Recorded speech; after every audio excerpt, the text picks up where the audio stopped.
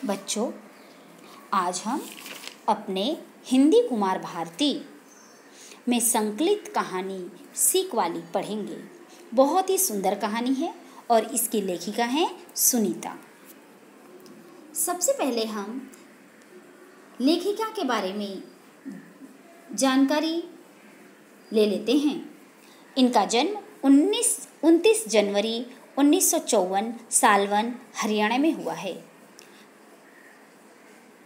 छोटे बच्चों और किशोरों के लिए सहज सरल कहानियाँ लिखने में सुनीता जी को बहुत आनंद मिलता है। पत्र पत्रिकाओं में अनेक आलोचनात्मक लेख और बच्चों के लिए लिखी गई कहानियाँ, आलेख छपे हैं। आपने विभिन्न कहानियाँ, कविताओं का अनुवाद भी किया है। आपके द्वारा लिखी गई प्रमुख कृतियाँ हैं साकरा गांव की रामलीला, रंग बिरंगी कहानियाँ, दादी माँ की मीठी मीठी कहानियाँ, बुढ़िया की पोती आदि।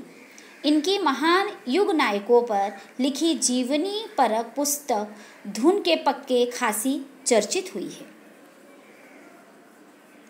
अभी मैं आपको इस कहानी के बारे में थोड़ा बता देती हूँ।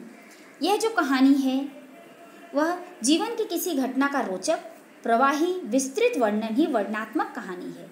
यह जो कहानी है वह कैसी है? वर्णनात्मक कहानी है। प्रस्तुत कहानी के माध्यम से लेखिका ने कठोरता में छुपी कोमलता, बच्चों के प्रति निर्मल वात्सल्यता, सहानुभूति की चाहत, अवगुणों का गुणों में परिवर्तन आदि स्थितियों को बड़े ही सुंदर ढंग से यहाँ बताया गया है। हमारी कहानी की जो मुख्य पात्रा हैं वह है हमारी सीख वाली ताई। सीख वाली ताई जो है, देखिए, जैसे ही आपकी हमारी जो कहानी शुरू होती है वह शुरू होती है यहाँ पे सीख वाली ताई। अब सीख वाली ताई, सारा गांव उन्हें सीख वाली ताई कहता है। सभी छोटे बड़े सभी लोग उन्हें इसी नाम से पुकारते हैं। सालवन गांव में जब वह ब्याह कर आई थी ताई, तब उनके गांव का सीख उनके नाम के साथ जुड़ गया और ऐसा जुड़ा कि खुद अपना नाम वे उन्हें भी याद नहीं रहा कि उन्हें भी उनका नाम क्या है। कोई 50 साल हो गए सीख वाली ताई को इस गांव में आए। जब सीख वाली ताई 16 साल की थी, आज वे 70 की हो गई हैं। इस बीच में उन्होंने बहुत सारे दुख झेले। उनके पति किशोरीलाल फौज में थे। वे बड़े ही दिलेर और खुशमिजाज आदमी थे। हर कोई उनकी तारीफ करता था। सीख वाली ताई जब नई दुल्हन बनकर सालवन गांव में आई थी, सीख वाली ताई के वे सबसे खुशियों भरे दिन थे। मगर शादी के 4-5 बरस के बाद ही पति की मृत्यु हो गई। जल्द ही सास ससुर का साया भी उनके सर से उठ गया। अब जो है सीख वाली ताई जो है वह बिल्कुल अकेली रह गई है। लेकिन सीख वाली ताई अकेली तो हैं, लेकिन बहुत ही दबंग हैं। कोई उन्हें दबा नहीं सकता, कोई उल्टी सीधी बात उनसे नहीं कह सकता।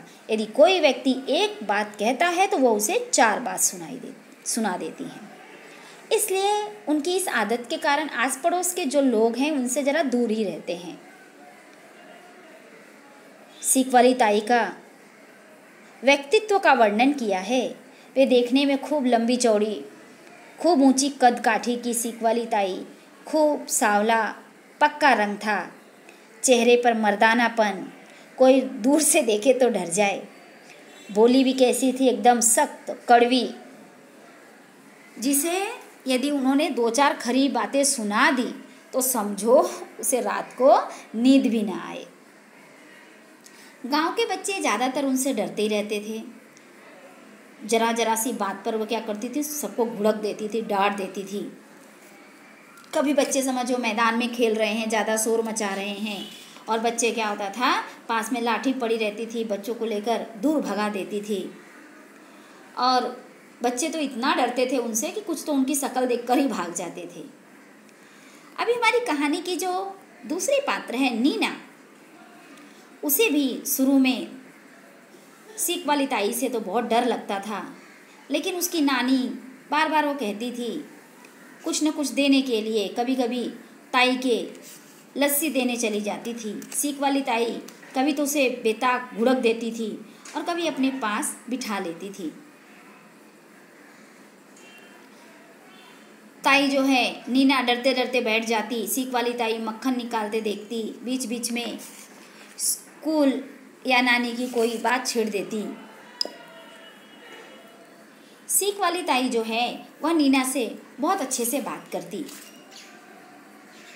वह कहती, पूछती कि तुझे मक्खन अच्छा लगता है ना, बैठ, मैं कटोरी में ढेर सारा मक्खन लाकर तुझे देती हूँ। कभी कभी वह क्या करती थी, उसे चूल्हे के पास बिठाती थी और तवे से मक्के की रोटियां गरम गरम बनाकर उस पर बहुत सारा मक्खन लगाकर नीना को देती थी। नीना बहुत खुश हो जाती थी। सीख वाली ताई के इतना प्यार जताने पर अंदर ही अंदर डरी रहती थी। लगता था अभी सीख वाली ताई सुर बदलते ही वाली है, फिर ऐसे कड़वे वचन सुनाएगी कि रोते रोते भाग कर जाना पड़ेगा। सीख वाली ताई जो है वह नीना से कभी नाराज नहीं होती थी, लेकिन सीख वाली ताई जो है नीना से कभी नाराज नहीं होती थी, उसे कभी डांटती नहीं। तो सच यह है कि नीना उन्हें अच्छी लगने लगी थी, शायद इसलिए कि नीना भोली बातें करती थी। जैसे ही वह सीख वाली ताई के यहाँ पे आती थी, सीख वाली ताई पिघलाकर मुलायम मक्खन सा बना कर उसे देती। नीना भी क्या करती थी, अपनी कहानियाँ सुनाती थी, अपने किताबों के किस्से सुनाती थी। सीख वाली ताई अनचाहे शुरू हो जाती, फिर उन्हें रस आने लगता, सुनाती जाती, खुद भी हंसते दोहरती जाती। उनकी कहानियाँ ही थे मज़ेदार। वह भी नीना को बहुत सारी कहानियाँ सुनाती, कभी पिद्दी पिद्दे की कहानियाँ सुनाती। जितनी बार सुनाती खूब हंसती, हंसते हंसते उनका पूरा शरीर हिलता और खुशी से हिलोर भरने लगता। सुनकर कभी कभी नीना भी उन्हें अपनी किताब की लिखी कहानियाँ बताती। सीख वाली ताई को सुनकर बहुत मज़ा आता। इस तरह सीख वाली ताई और नीना में बहुत अच्छी दोस्ती हो गई थी। नन्ही सी बच्ची को भला सीख वाली ताई इतना प्यार क्यों करने लगी है? सीख वाली ताई को आंखों में थोड़ा सा कम सूझने लगा था। उसे आंखों से, सीख वाली ताई की उम्र हो गई थी, 70 साल की हो गई थी, उन्हें आंखों से कम दिखाई देता था। इसीलिए एक बार जो है नीना को घी बुरा खिलाने के लिए रोक लिया। ताई ने घी बुरा बना रही थी, तभी नीना को शक हुआ, ताई घी में बुरे की जगह नमक तो नहीं डालने जा रही हैं। देखा तो टोक दी, बोली अरे बुरा नहीं, ये नमक है। सीख वाली ताई बहुत शर्मिंदा हो जाती है। वह कहती हैं, आंखों से भी कुछ सूझता नहीं है, दिखाई नहीं देता है। गांव में उनसे कोई हमदर्दी नहीं रखता था, तो भला अपना दुख किससे कहती हो। इसीलिए वो अपना दुख उस छोटी बच्ची नीना को बताती हैं। नीना बोली, ताई कोई बात नहीं है, मैं तुम्हारे लिए अपनी नानी से बनाकर कल काजल ले आऊँगी और तुम वो काजल लगाओगी, तुम्हारी आंखें ठीक हो जाएंगी। अच्छा, तो ऐसा काजल उनके पास है? एक बार तो सुना था, पता नहीं किसने कहा था कि पर तेरी नानी मुझे देगी क्या?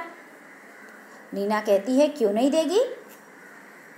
अरे ताई तो बहुत गुण गाती रहती हैं आपके, वो आपकी बहुत तारीफ़ करती हैं, आपको ज़रूर देंगी। सीख वाली ताई की जुबान भले ही कड़वी हो, पर वह दिल की बहुत अच्छी है, ऐसी मेरी नानी कहती है। सच्ची कहा ताई, कहकर नीना दौड़ी दौड़ी गई और वह नानी से काजल मांगकर काजल की डिबिया लेकर आती है।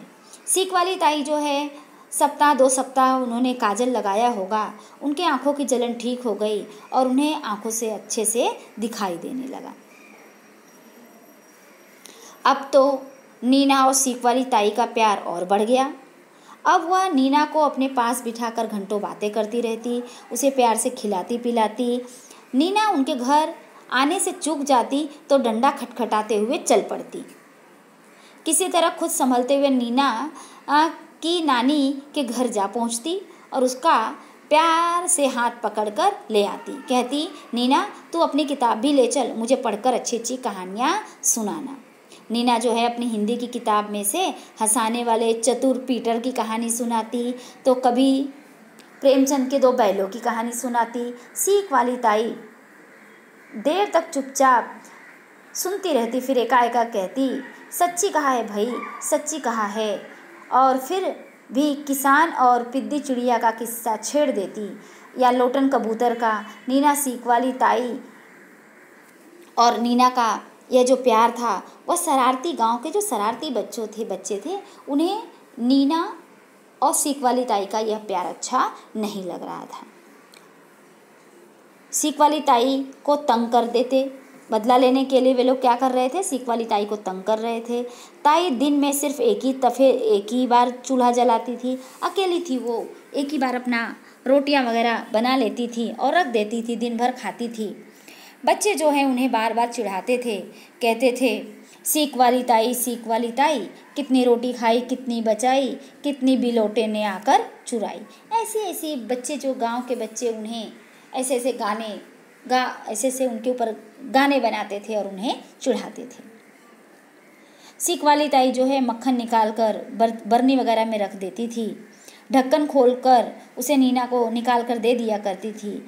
गांव के बच्चों ने इस पर भी गाना बना लिया था और वो खूब ज़ोर ज़ोर से चिल्लाकर कहते थे, सीख वाली ताई खोल के ढक्कन, खिला दे मक्खन, तू पीना छाछ, हम खाएं मक्खन।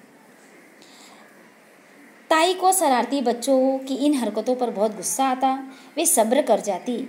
बच्चों को भी पता था कि ताई को अब ज़्यादा दिखाई नहीं देता, अब वह ज़्यादा तेज चल नहीं पाएंगी, इसीलिए बच्चे क्या करते थे, बार बार उन्हें और चिढ़ाते थे।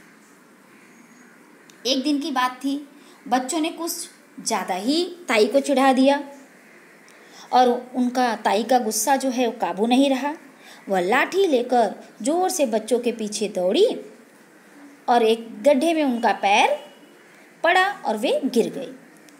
ताई बुरी तरह लड़खड़ा कर जमीन पर आ गिरी, सिर से खून निकलने लगा और एक पैर भी बुरी तरह से मुड़ गया।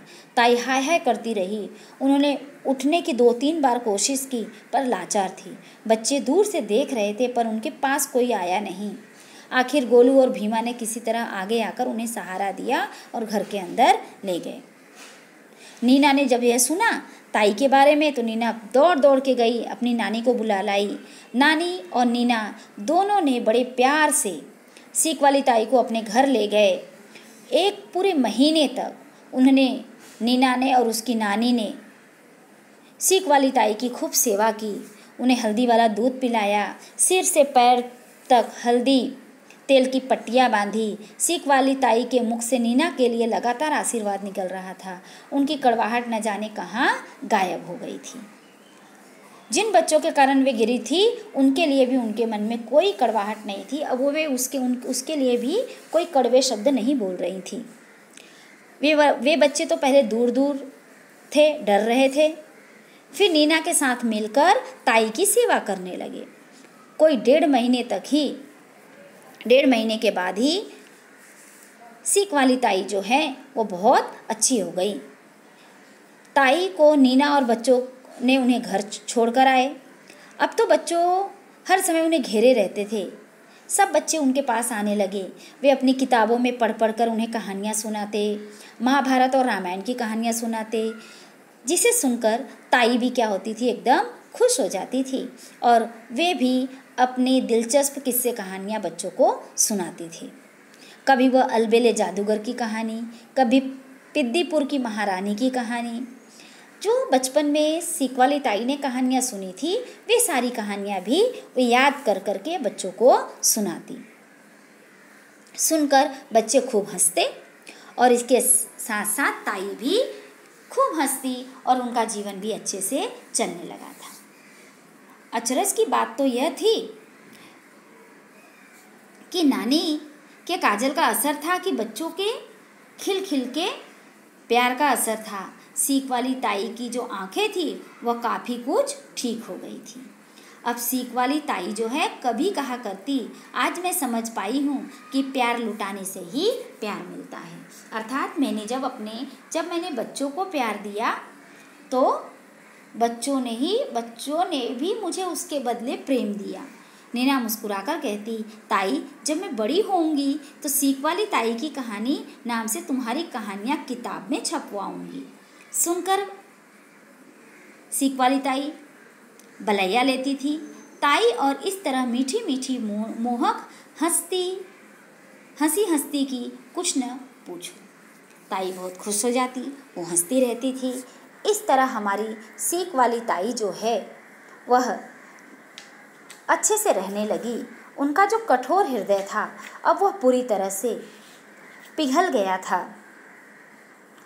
वैसे भी सीख वाली ताई जो है वह सिर्फ ऊपर से कठोर थी, मन के अंदर तो उनके मन में बच्चों के लिए और सभी के लिए प्रेम ही भरा हुआ था, लेकिन वह प्रेम उन्होंने कहीं न कहीं छुपा के रखा हुआ था। बच्चों के प्रति निर्मल वात्सल्य, सहानुभूति की चाहत, अपने अवगुणों को किस प्रकार उन्होंने परिवर्तित कर दिया, इन सब का वर्णन इस कहानी में किया गया है। बच्चों, आपको कहानी अच्छी लगी हुई होगी, तो यहाँ पे आप कहानी अच्छे से पढ़िए, सुनिए और अच्छे से रहिए। धन्यवाद।